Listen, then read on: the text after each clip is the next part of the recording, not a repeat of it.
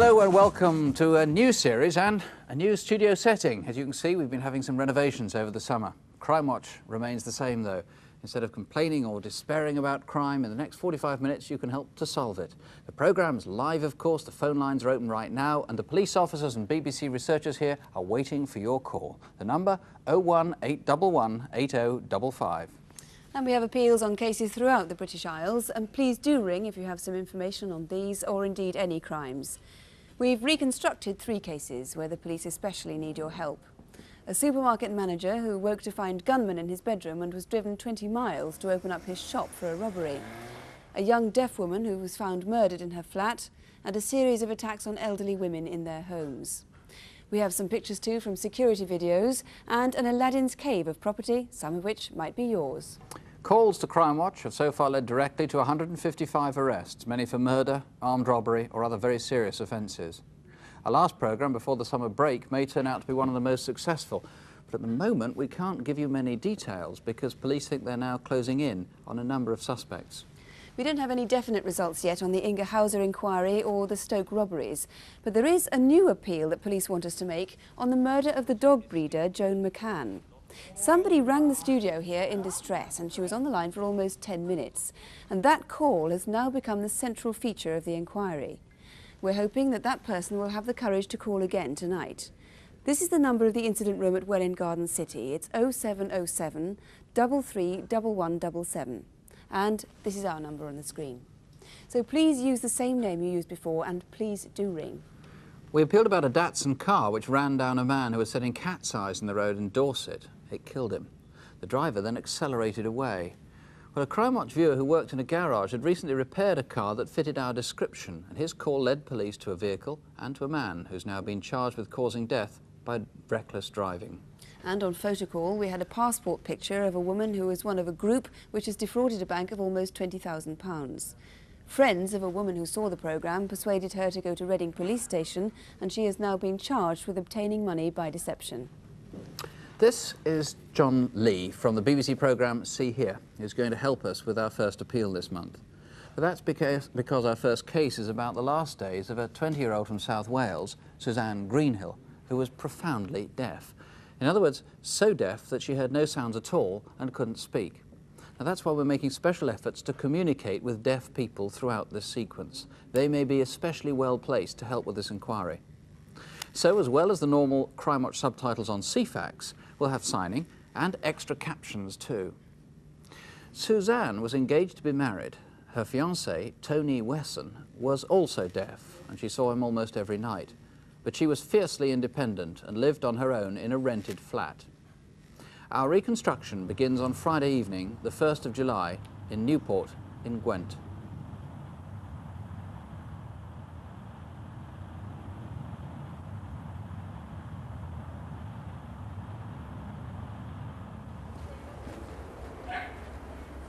Tony Wesson was surprised to find Suzanne's curtains had been drawn. It was only 6 p.m.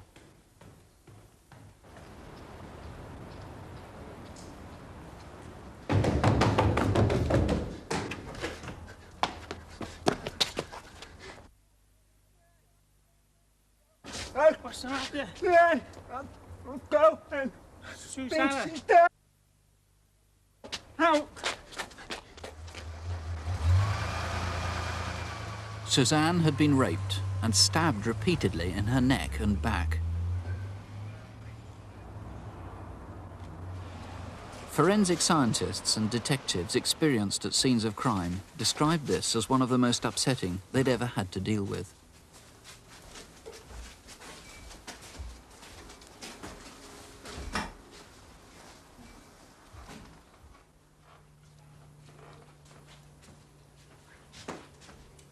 Suzanne had lived here for 2 years and took great pride in the flat's appearance.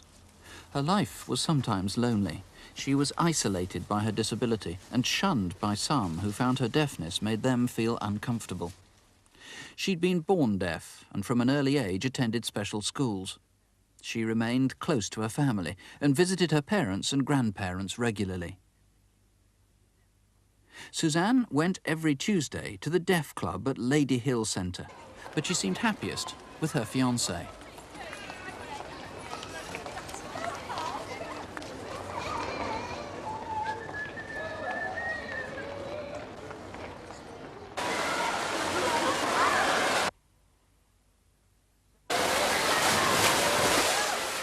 Several times a week, they went to the Newport Leisure Centre. Swimming was one of Suzanne's favourite pastimes.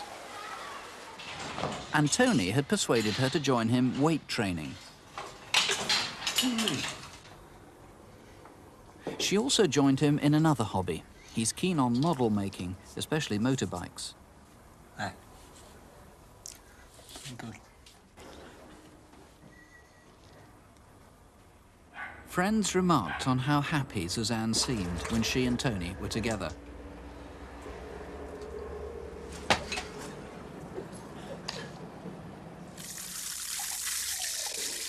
Suzanne was very fashion conscious, and a week before her death, she experimented with a different hair colour. She turned from blonde to henna chestnut.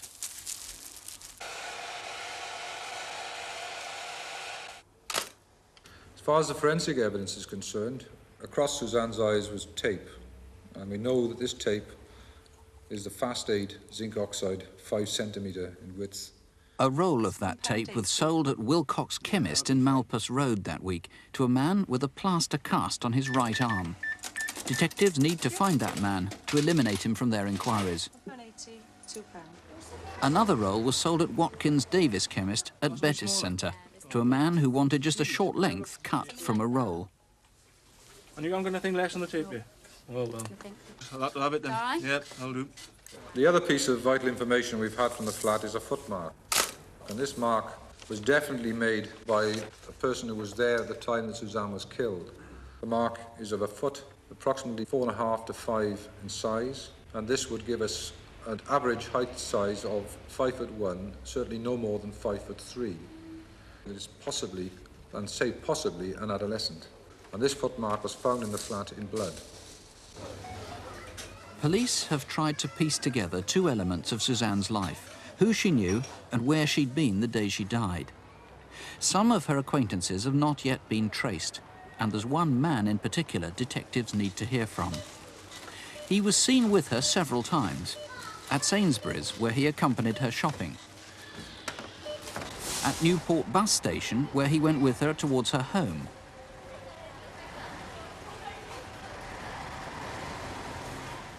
and at Maysglass Industrial Estate.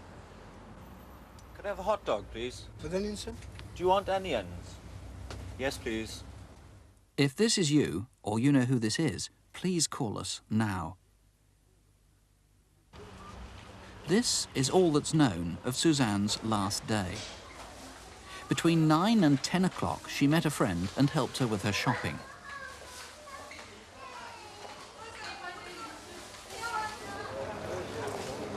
She was also seen at Littlewoods in Newport Shopping Precinct. She came here often for morning tea and toast.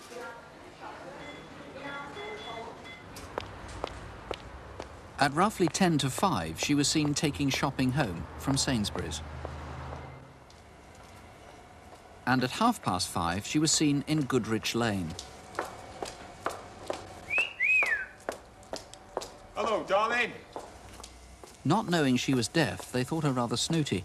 But then they saw her go to a garage, perhaps looking for her fiancé, and finding it locked, they saw her lose her temper.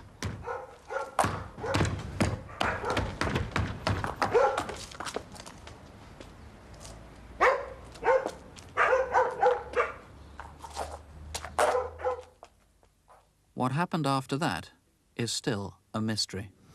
Well, Glenn, we've seen from the reconstruction clearly most of what you need to hear. Is there anything else? Yes, Nick, there is. In fact, we have a new sighting of Suzanne. This is a sighting on the 27th of June. That's 2 days prior to her death. On that day, she was seen coming from the entrance to Shaftesbury Park, where a fair was being erected. That's what, a couple hundred yards from her home? It is indeed. This would have been about 8:30, 8:45. She was wearing very distinctive clothing. In fact, it's what's described as a hot pants suit, which was either pink or pinky orange. I would have thought that with clothing like that, somebody in the fair would have seen her.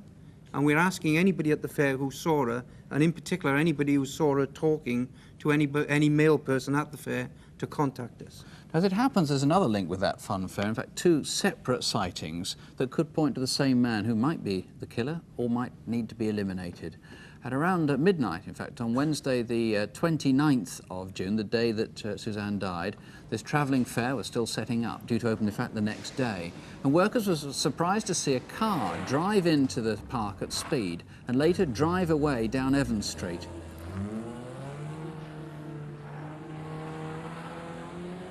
A couple of hours later, another witness remembers seeing a man in a blue checked shirt walking along the junction of Evans Street and Shaftesbury Street. He got into a dark-coloured Mark III Ford Escort and did a fast three-point turn. And the witness remembers that the car had a tow bar and the registration number began, they think, A59. Obviously, you've got to eliminate whoever was driving that car, whoever was walking there. Anyone else you need to eliminate? Yes, that is correct. We're very anxious to trace the driver of that car. We're also anxious to trace a man who came into our inquiry very early on. This man went into a fish and chip shop in Cross Keys. He had blood on both his arms. He appeared to be intoxicated but didn't smell of drink. This man, we are very anxious to trace. We've got a video fit of him. Describe him for us, will you? Yes, he was 6 foot in height. He had mousy brown curly hair. He's described as very, very slim and age between 20 and 25 years. You've had a lot of help, I know, from the local community and from the deaf community generally. We have. The deaf community and the neighbours of Suzanne have been particularly patient with us and very helpful. But we are sure, absolutely positive in fact, that there is more vital evidence out there. And we would appeal to anybody who has any evidence, however small it may appear to them. It could be vital in our inquiry to bring Suzanne's brutal killer to justice. If you knew Suzanne any time in the last couple of years, do call us 811 8055. And we've a separate number for the deaf or hard of hearing. That's 01811 1066. And it's equipped with Minicom phones, which allow callers to type and read their messages. Now, that's only for the deaf who have Minicom or Vistel phones. The number 01811 1066. Or you can call the Main D police station direct. That's using ordinary phones on 0633 244 999. That's 0633, the code for Newport, 244 999. Well, now some more news on previous Crimewatch cases. In November last year, police on Merseyside asked Crimewatch viewers to help to find a man who'd assaulted 2 young girls at knife point in the Merseyside area. A police officer in the West Midlands recognised the video fit. It was a man he'd recently arrested for sexual assault in Birmingham. Last month at Birmingham Crown Court, the man was found guilty of a series of sexual offences and sentenced to life imprisonment. Last December, we showed a disturbing reconstruction of an armed robbery on a farmhouse in Cheshire. After the programme, Cheshire police were called to see 3 men who'd been arrested by police in Manchester. Detectives were struck by the similarity between one of the 3 and a Crimewatch video fit. As a result, further inquiries were made and the 3 were charged and pleaded guilty to robbery.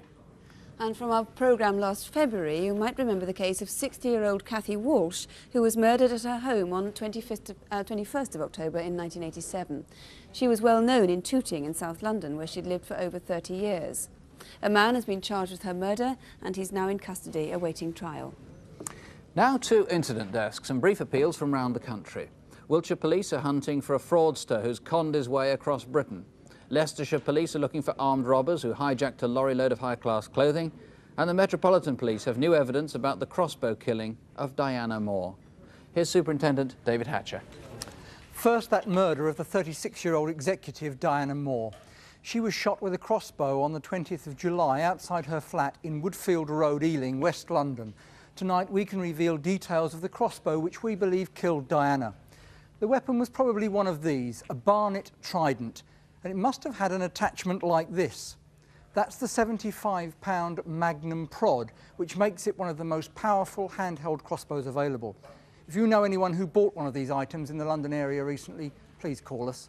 And we're still appealing for information on a man who was seen with a crossbow just 100 yards from Diana's home 2 days before the murder.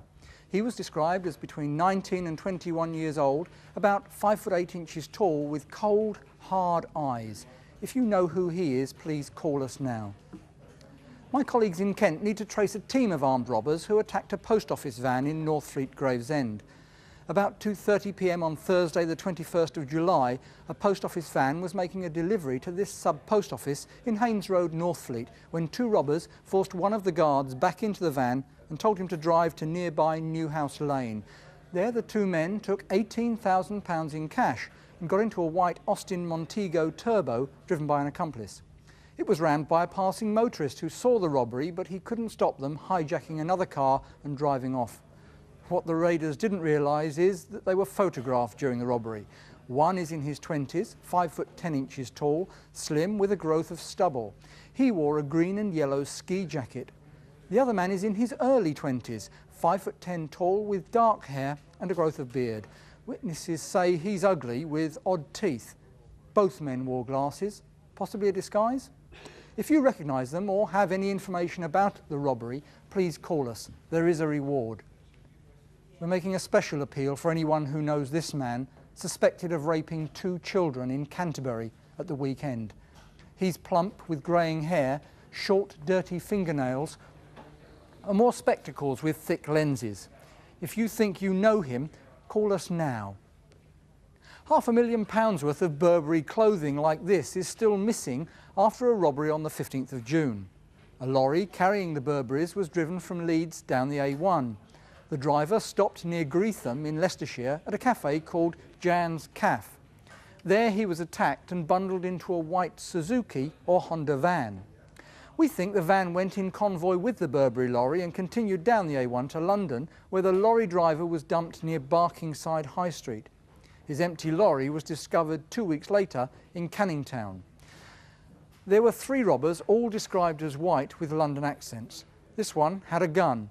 He's thought to be in his mid-30s, 5 foot 10 inches tall, well built with neat dark brown hair and a beard. One of his accomplices was referred to as Mick. Now, there are imitations, but genuine Burberrys like these have a distinctive horse mark on the neck label. A coat like this sells for about £370. So, if you've seen any for sale at a much lower price, or if you know anything about the robbery, please ring us. Wiltshire police are looking for this man, who's definitely made his mark on the map. He's wanted for questioning in places as far apart as Penzance and Durham about more than 40 crimes of fraud and deception over the last 2 years. His real name is William Morris Hardy, but he's also been known to call himself David Norman, David Griffin, Max Refson, G or R Furnival, Mr Ronson, Marcus Velody, Morris Davigdor Mendoza, and even Michael Parkinson. Hardy is 47 years old, 5 foot 10 inches tall and stocky. He's smartly dressed and speaks with a slight foreign accent. Do you know where he is now? If you've any information, then please call us. Number, if you can help with any of those cases, 811 8055. Well, our next reconstructed case is an armed robbery 2 months ago at a frozen food supermarket in Liverpool. It was such an ordeal for the manager there that he's now given up that job altogether and moved out of the Merseyside area. The store has of course now changed its security arrangements, and our reconstruction begins in Liverpool. This is the Iceland frozen food supermarket in Walton Vale. On the evening of Friday the 8th of July, the store was closed. But in the stockroom, 2 assistants were working late, packing away a delivery with the store's manager, Miles Simpson. Have you done that last lot of cans then, Tony? Yeah, it's the last one. Good, well, I think that's enough for today. We'll finish off on Monday. Go and get your stuff, and I'll go and set the alarm. Miles had been made manager of this branch just last year, and he was commuting to work from Wigan, 20 miles away.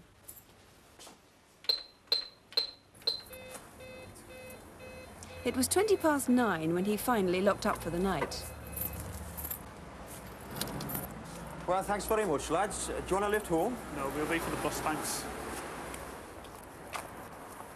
Bye then, lads. Okay, good night. Miles always parked his Renault in the street opposite the supermarket. But as the 2 boys waited for their bus that evening, they saw a blue Ford Granada pull out from round a corner and follow Miles's car.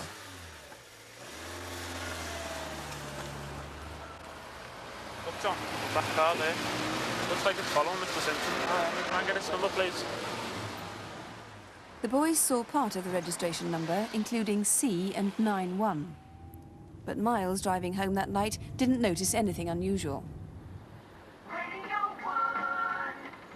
It's It's 9:30. Eleanor Oldroyd reporting. Operations to put out the fire on the Piper Alpha oil. The next morning in Liverpool, these two men were the first customers in the Soldier of Fortune military shop in Victoria Street. Can I pair of handcuffs? Do you want the £11.99 or the £5.99 ones? The £11.99 ones.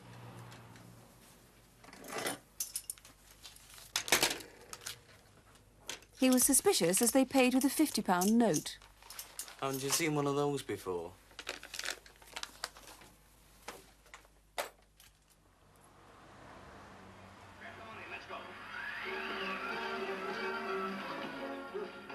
Late that same night, Miles was relaxing at home, tired after a busy Saturday at the supermarket.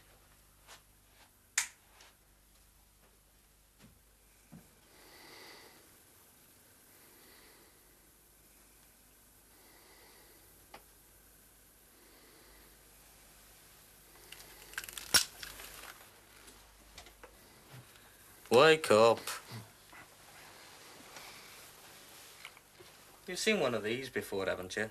In Dirty Harry, the movie.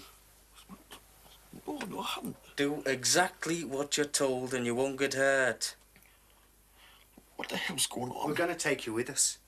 We want the money from the store. Where are the keys? What keys? The store keys. Downstairs. Where? On the coffee table.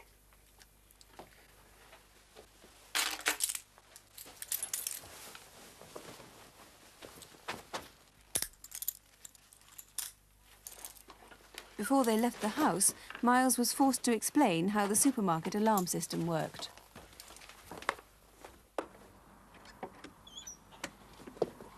Outside, a third man was waiting in the car, which Miles thinks may have been a Volkswagen Golf GTI.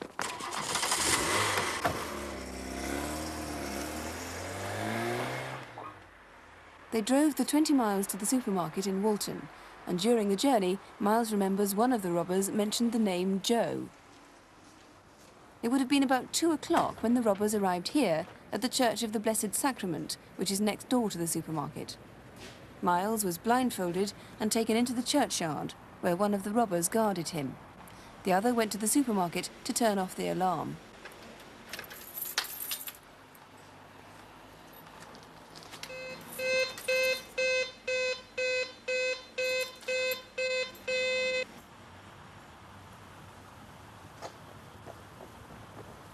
It's off, but I'll need him to open the safe. Yeah, okay. When we get to the street, I'm going to be behind you because I have to take my ski mask off. Just keep your eyes straight forward if you see anyone act dead cool like we're two mates coming out of a club, all right? Yeah. Right. Come on. At about this time on a Saturday night, the nightclubs are closing, so there were still some people around in the high street. Miles is 6'8", the robber only 5'6". Maybe you remember seeing them. Miles himself remembers one man passing them, and police are still anxious to trace him. Hold it there. Right.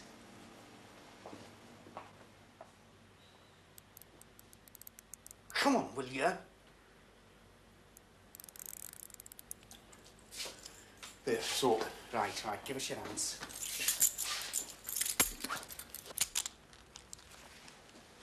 Right, over there. Down there, sit there, and not a word out to you.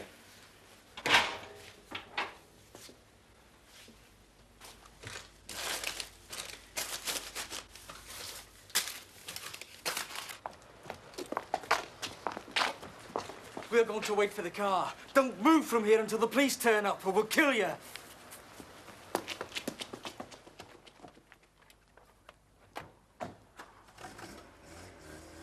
They got away with about £8,000. Well, Detective Superintendent Tony Bailey is in charge of the case. Do you have any descriptions of the men now? The descriptions of the two men are about 5'6", 5'7". They're both white males, 30 to 35 years of age, and described as fat and stocky build. Right. The robber and the manager must have looked very odd together then, that night. Yes, when they were walking from the presbytery to the shop, prior to the offence being committed, the manager's 6'8" tall and very slim, the robber is 5'6" and very fat, and at one stage he had his arm round him. And we do know that one person was passing, and we would like that person to come forward, or any other person who has seen this odd couple walking in Walton Vale at that time of the night. Right. Now, there's a sequel to the story. We're now looking at Livingston Drive in the Sefton Park area of Liverpool. 10 days after the robbery, a man discovered that the lock on his garage had been changed. When he finally broke the lock, he found a black Golf GTI with these number plates, and you and your colleagues believe it was the car used for the robbery. The GTI was the 16 valve, which have only been made for the past 18 months, but the plates were A-reg, so that doesn't tally, does it? They don't know. The plates A-registered in all of the cars 4 years old at least, and the 16 valve GTI, as you quite rightly say, was only made 18 months ago, so it would prove that there were false plates on this car. And if anyone has seen this car or seen the car in Livingston Drive in these garages being put in there or driven around in that area, would they please contact us? Right. And what about the other car, the blue Ford Granada seen following the manager the day before the robbery? Yes, this had a logo on the back which just had Granada. Now, the only car that Fords make with Granada on the back is the Scorpio, which is the top of the range. So it could either be a Scorpio or it could be another Granada with the other part of the logo, such as the gear or the 2.4, 2.I missing. Right, and remember the number plate was C something 91 something. Yes, that's correct. Right, Mr. Bailey, thank you very much. There's a reward of £10,000 if you have any information which you think might help police and lead these police to these men. You can ring us here in the studio on the usual number. It's 01811 8055, or ring Merseyside Police direct on 051 709 6010. That's 051 for Liverpool, 709 6010. Telephones have been busy, but nothing very spectacular at the moment. We have one name, though, put forward in the Suzanne Greenhill case. We'll let you know if anything more comes of that. In April's programme, we showed a photograph of a man who was wanted for questioning about a company in Yorkshire. It had been advertising holiday cottages around the country, but that company disappeared, owing money to nearly 2,000 people. A viewer recognised the face we showed, and as a result, a man was arrested last week in Torquay and has been charged with conspiracy to obtain money by criminal deception. In February, we showed a security video of a woman who loaded up a supermarket trolley in a London Sainsbury's home base. She barged out of the store into the car park without paying. And as a result of calls from several viewers, a woman was arrested on June the 14th and she's been charged with theft. In January this year, we reconstructed a break-in at a post office in Salisbury in Wiltshire. The gang had brought with them a collection of specialist equipment to break into a strong room. But as a direct result of the programme, 2 men have now been arrested and charged with the offence. The scope of the investigation has since extended to cover a number of other offences of burglary. Police would now like to hear from another man, Anthony Peter Walsh, although he might not be using that name. He might be able to help them with their inquiries. Do you recognise him or know where he is? If so, please ring us straight away. Here's the number, 811 8055. Well, now our Aladdin's Cave of stolen treasures comes tonight from the vaults of Guildford Police Station. But the property, you see, may come from burglaries all over the country. And in fact, if you can identify any of these things, you may help police to charge one particular gang with a whole series of robberies. Genie of the lamp, as always, is John Bly. Thank you, Sue. This is without doubt the most important Aladdin's Cave we've ever had to look at, ranging from an early and extremely rare piece of tapestry, some fine miniatures, and some quality paintings. It all seems to me rather young to have one's wings clipped, but it's a good picture. But what I want to show you in detail is some of the silver. Now, this tankard was made in London in 1761. It was engraved and presented to the Reverend T.L. Thoroton in 1828 for the best pan of tulips at a Knott's flower show, and the mug next to it went to the same good Reverend for the best pot of carnations. Now, next is a little gem, but it's easy to miss. This little pot, made in the form of a bunch of bamboo, was made in London in 1770, and this actually is the original bamboo handle. But the star lot has got to be this pair of chamber candlesticks made in London in 1821. These were used to light the gentry to bed, and what superb quality they are. They're cast silver, a wonderful date, wonderful quality, and I suppose today worth best part of £3,500. Anyway, now to some furniture. And we've got some papier-mâché. First off, a workbox on stand, easily identifiable as being after 1835 with all this mother-of-pearl set in the top. Quite a plain interior, but still worth £1,500 today to a collector. Again, for the best though, papier-mâché at its very best. A revolving top tea table which also tips up and shows you not only this wonderful painting in the style of Landseer, but the fixture that enables it to turn is at one time gilded brass with these L-shaped hinges and the original clip. All those go to make an extremely rare thing worth best part of £4,000 today. Now rapidly past the French commode onto a delightful little piece of English furniture made in the style of George II period. Should have been made around about 1740. It's wonderful quality, lots and lots of shape, a collector's item if ever I saw one, but made slightly out of period, but nevertheless something I would very dearly love myself. Now, you know, they never give me enough time on this programme, so in all haste we've got to look very quickly at a grandfather clock, which is a marvellous example, a stick barometer in mahogany about 1780, most important of all, a ship's barometer on its original gimbal. And now, for a musical ending, we're going to look at a late Victorian musical box with marquetry panel in the top. Inside, you'll see from the label it plays 10 tunes, one of which we're going to have now, and I hope that strikes a chord with somebody. And the number to ring if you recognise anything is 01 811 8055. Or you can phone Guildford Police Station direct on 0483 301 717. That's 0483, the code for Guildford, 301 717. Over the past year, there's been a series of attacks on elderly women living alone in Surrey and North Sussex. The police have now started a major inquiry, and they're extremely anxious to catch the attacker before any more people come to harm. Leading the investigation is Detective Chief Inspector George Smith. In November in Crowborough, a man got in through an open window to the flat of an 80-year-old woman and raped her. He then stole her money before making good his escape. Very poor description, but Peeping Tom was seen in the area that same evening. We have a very good description of that man. The second attack occurred in Horsham in February. Circumstances very similar. A serious sexual attack on an 80-year-old lady. The offender also stole money. Again, a very poor description from her, but a man was seen in a nearby pub. Now, that man was drinking a most unusual drink. Evening, can I help you? Brewmaster and Pompey, please. Brewmaster and Pompey.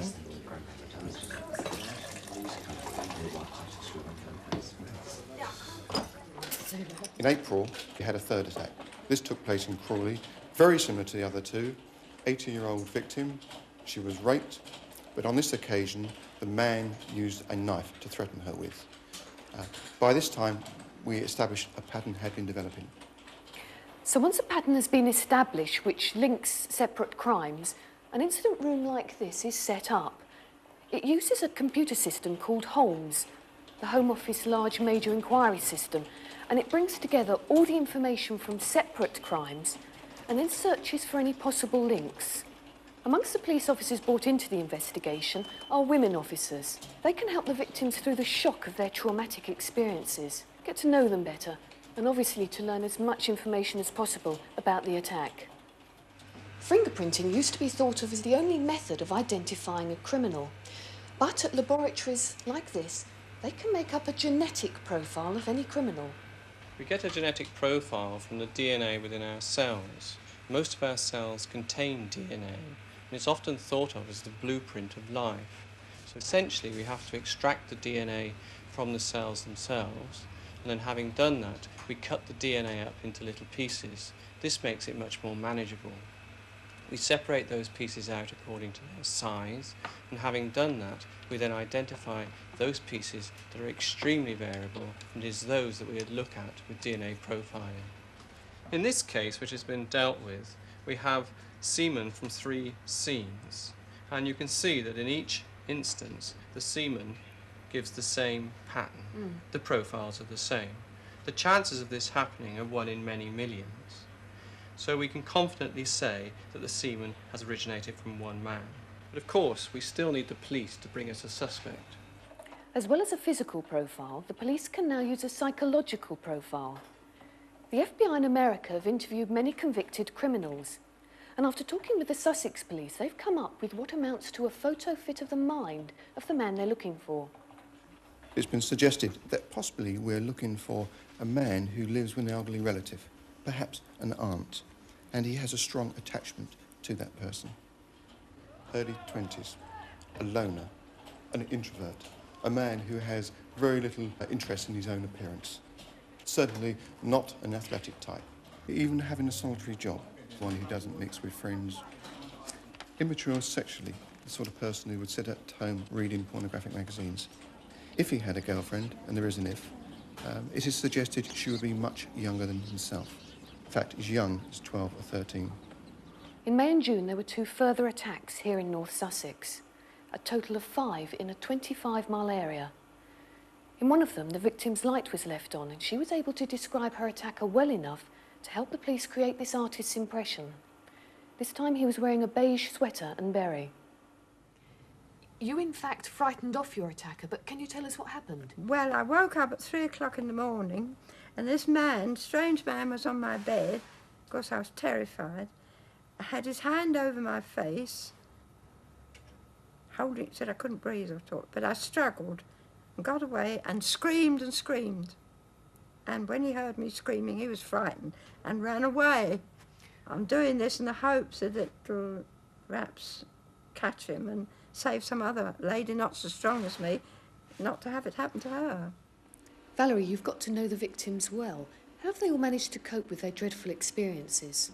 They've had a lot of support from their family and friends, which has made my job a lot easier because I have to visit them on many occasions and become friends with them. But I must never forget that I am trying to find additional evidence that might help us find this offender.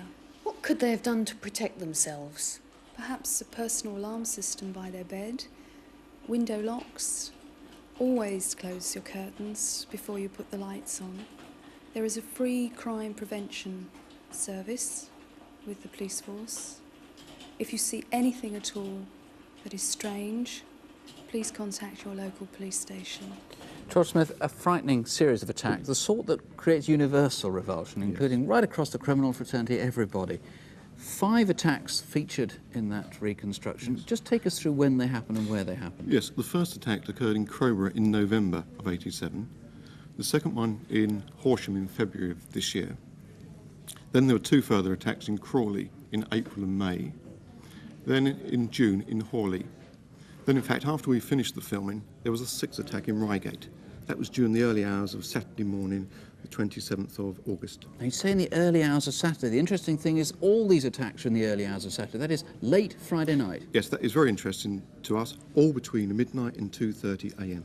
So it's somebody who has access only to go out on Friday nights, perhaps, or finishes work on Friday night. The description is very vague. Very, very briefly, tell us. Yes. 20 to 30 years, 5'7" to 5'9" tall, slim build with a thin face. Now, the vital clue on the last one, he had a full beard without a moustache. So he's obviously grown a beard during the last 2 or 3 months. OK, friends, neighbours, relatives, anyone with any suspicions, please do call us. Here's the number, 01811 8055. Or you can call the incident room in Crawley in Sussex. That's 0293 24242. 0293, the code for Crawley, 24242. Well, now to Photocall, where we show pictures of people who've been seen on security videotape or on camera and whom police would like to see in person for questioning. Here's David Hatcher again. First, we'd like your help to find this man, Barry Richard Mackay. We think he might have important information about the murder of 33-year-old Elaine McGee, whose body was found on Tuesday the 26th of April here at her home in Murdishaw, Runcorn. She died after a brutal beating. Elaine was last seen 2 days before on Sunday the 24th of April, and that night neighbours heard a violent row at her home. Mackay was an ex-boyfriend of Elaine's and was seen in Runcorn that day. Take a good look at him. He's 38, 6 foot 2 inches tall and slim. Unlike this photo, he may be clean-shaven. He has a distinctive Liverpool accent and tattoos on his arms and shoulders. If you know where he is, please call us. On the 20th of August, a woman tried to cash a fraudulent cheque in a North London branch of Thomas Cook. She was unsuccessful, but an hour later did manage to get a traveller's cheques at another branch. She could be connected with 4 burglaries in Flitwick, Bedfordshire on the 19th of August, and we think she's got over £5,000 in the last month. She looks Asian or Mediterranean, about 35 years old, 5 foot 2 inches tall, and is slim with long, dark, wavy hair. If you know her, call us now. Early this year, this motorcycle courier was photographed leaving a building society at Aldgate, London. He's known as Mark Geraghty, and he's just signed for a large withdrawal on an account he recently opened in the name of Bradley Martin Associates. This is a bogus company that defrauded Citibank in Lewisham of £60,000. Bradley Martin Associates' address was, in fact, Mark Geraghty's rented flat. Geraghty claims to be from Zimbabwe. He may have trimmed that hair by now. Citibank are offering £5,000 for any information that leads to arrest and conviction. And finally, do you recognise this man? His name is Kenneth Smith, and until recently he was the chief cashier at Sunderland Railway Station. He might have information about the theft of £25,000 from a safe at the station on the 18th of August. We know he was in Edinburgh on the 19th of August in this car park on Princes Street West, but where is he now? He's 35, over 6 feet tall, with dark hair. If you've seen him or anyone else on our photo call, call us now. Indeed, if you recognise any of those faces, that's the number 01 811 8055, 01 811 8055. And we've been receiving a lot of calls on that number throughout the evening. We've had quite a lot of names suggested here for the Canterbury rapist, so police are following that one up at the moment. There have been sightings of a man with a plaster cast on his arm in the case of the Suzanne Greenhill murder, so that's being followed up as well. He might be eliminated from their inquiries by the end of this evening, with any luck. A great many calls on William Hardy, who was wanted in connection with some frauds, suggesting possible sightings of him and possible other names.